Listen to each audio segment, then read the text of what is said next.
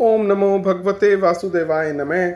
आज हम योग वशिष्ठ महारामायण में वैराग्य प्रकरण के वृद्धावस्था की दुखरूपता की बात करेंगे। एक ब्रह्मज्ञानी वृद्धावस्था को किस प्रकार विचार करता है, यह जानने का प्रयास करते हैं।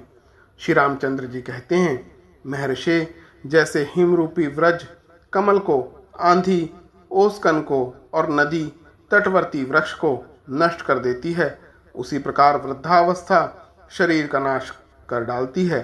जैसे लेश मात्र विष का भक्षण शरीर को शीघ्र ही कुरूप बना देता है, उसी प्रकार बुढ़िया जरावस्था मनुष्य के सारे अंगों को जर्जर करके शीघ्र ही कुरूप कर देती है।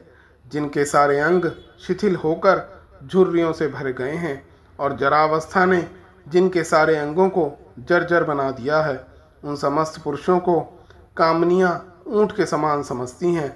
वृद्धावस्था के कारण जिसके अंग कांपते रहते हैं, ऐसे मनुष्य को नौकर चाकर, स्त्री पुत्र, बंधु बांधव तथा सुहृदगण भी उन्मत्त के समान समझकर उसकी हंसी उड़ाते हैं।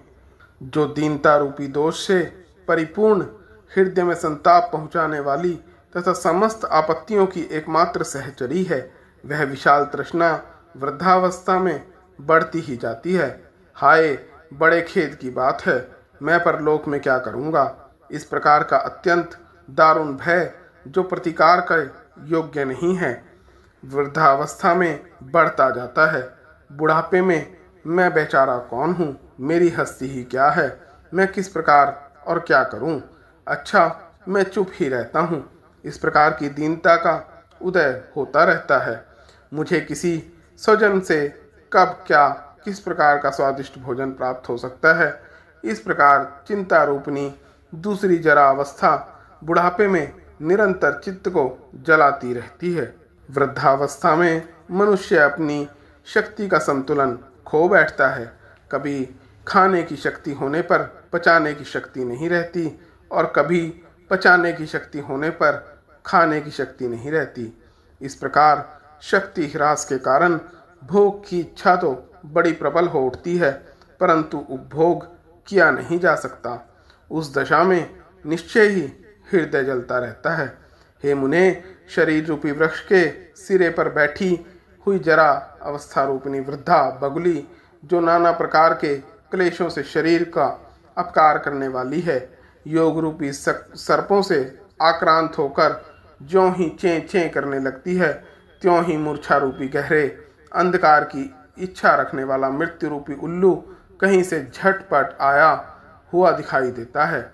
जैसे सायंकाल की संध्या के प्रकट होते ही अंधकार दौड़ पड़ता है, उसी प्रकार शरीर में जरावस्था को देखते ही मृत्यु दौड़ी चली आती है।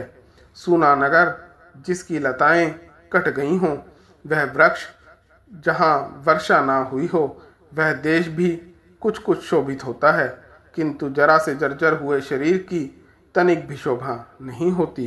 वृद्धावस्था की मार खाकर जर्जर हुआ यह शरीर हिम समूह से आक्रांत ही मुरझाए हुए कमल की सी शोभा को धारण करता है।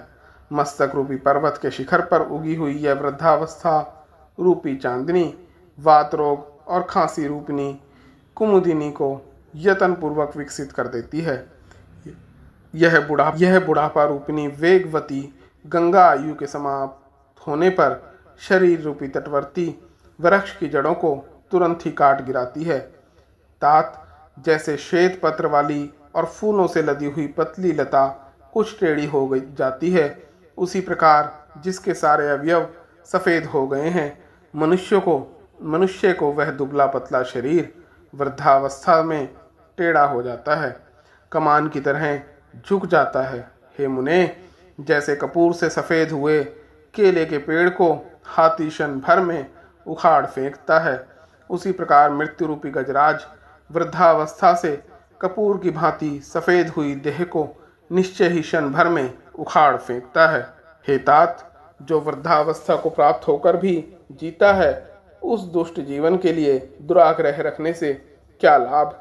भूतल पर किसी ने यानी किसी के द्वारा पराजित न होने वाली यह जरावस्था मनुष्यों की समस्त ऐषणाओं का तिरस्कार कर देती है, उनकी किसी भी इच्छा को सफल नहीं होने देती। यहाँ मैं अपनी वाणी को विराम देता हूँ। प्रभु प्रसंग चैनल को लाइक, सब्सक्राइब व शेयर करें।